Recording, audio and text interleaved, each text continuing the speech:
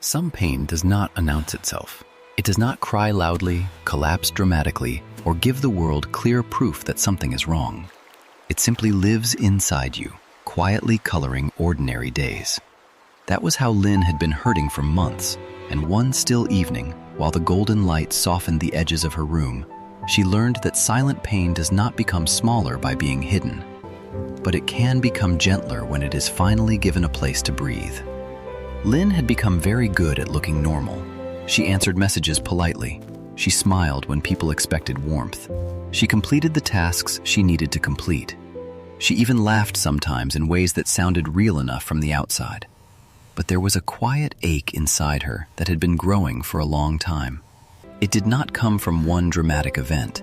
It was made of many things: emotional exhaustion, unspoken disappointment, a lingering heaviness she could not fully explain without sounding as though she were exaggerating. Nothing was visibly falling apart, and maybe that was why she kept telling herself she should be able to manage it better. But pain does not become less real just because it is difficult to name. Some struggles live in the ordinary places, in the extra effort it takes to answer a simple question, in the way a quiet room can suddenly feel too full, in the strange distance between your outside voice and your inner life. Lynn lived inside that distance every day. That evening, the room was filled with the kind of amber light that appears just before sunset disappears completely. It made the books on the shelf glow softly and turned the plain wooden desk into something almost warm enough to lean on emotionally. Lynn sat down with a notebook she had not opened in nearly 2 weeks. At first, she did not want to write. She was tired of looking inward only to find heaviness waiting there. But she was even more tired of carrying that heaviness without language. So she wrote one sentence: "What hurts, even if I cannot explain it well?" Her hand moved slowly. "I am tired of acting okay. I am tired of swallowing words. I am tired of telling myself it is not serious enough to count.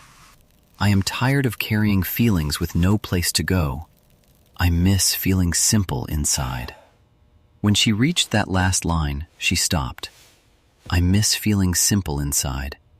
There had once been a softness in her life that now felt far away. Not happiness all the time, but openness, ease, the ability to move through a day without every small thing catching on hidden sadness. Lately, everything seemed to brush against a tender place she could not protect properly because she had not even allowed herself to admit it was there. She turned the page. What have I been doing with my pain? Hiding it, minimizing it, comparing it, trying to be reasonable about it, waiting for it to disappear on its own. The honesty of that list made her chest tighten slightly. How many people live this way, she wondered, carrying something that hurts, but convincing themselves it is not enough to deserve tenderness? The late sunlight had begun to fade now, leaving the room softer and dimmer. Lynn reached over, turned on the small lamp by the desk, and watched the page shift from gold to warm, honey-colored light. Then she wrote a new heading. What does pain need from me? Not denial, not shame, not performance. Rest, truth, slowness, space, a place to land, a place to land. That phrase moved through her like something true she had been needing for a long time. Maybe pain did not always need to be solved immediately. Maybe it first needed to be received, not dramatized, not dismissed, just received. So that evening, Lynn let the notebook become a landing place. She wrote one page, then another, not beautifully, not wisely, just honestly. About how tired she felt of being fine, about the sadness that had no single source and yet felt real in her body, about the pressure of appearing functional, about the loneliness of pain that does not look serious enough to others. By the time she finished, the room was fully evening dark except for the lamp and the small circle of light around the notebook. And something in her had shifted. The pain was still there, but it was no longer locked inside in the same way. It had been spoken, given shape, given air. Over the next days, she began changing small things, not because a breakthrough had happened, but because honesty had made care possible. She stopped forcing herself to respond to everyone immediately. She sat quietly with tea for 10 minutes in the mornings. She let herself cry once instead of swallowing everything. She wrote when the heaviness returned instead of pretending it would dissolve if ignored. None of these things looked impressive, but they changed the texture of her days. Because silent pain, when ignored, tends to spread into everything. But when given gentle attention, it begins to loosen, not instantly, not completely, but enough to let some breath back into the room. Weeks later, Lynn noticed that she felt a little less divided inside. The outside version of her and the inner version were no longer strangers all the time.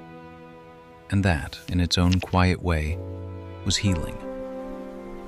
Silent pain can be especially heavy because it lives without witnesses. No one sees the effort it takes to smile. No one hears the private exhaustion.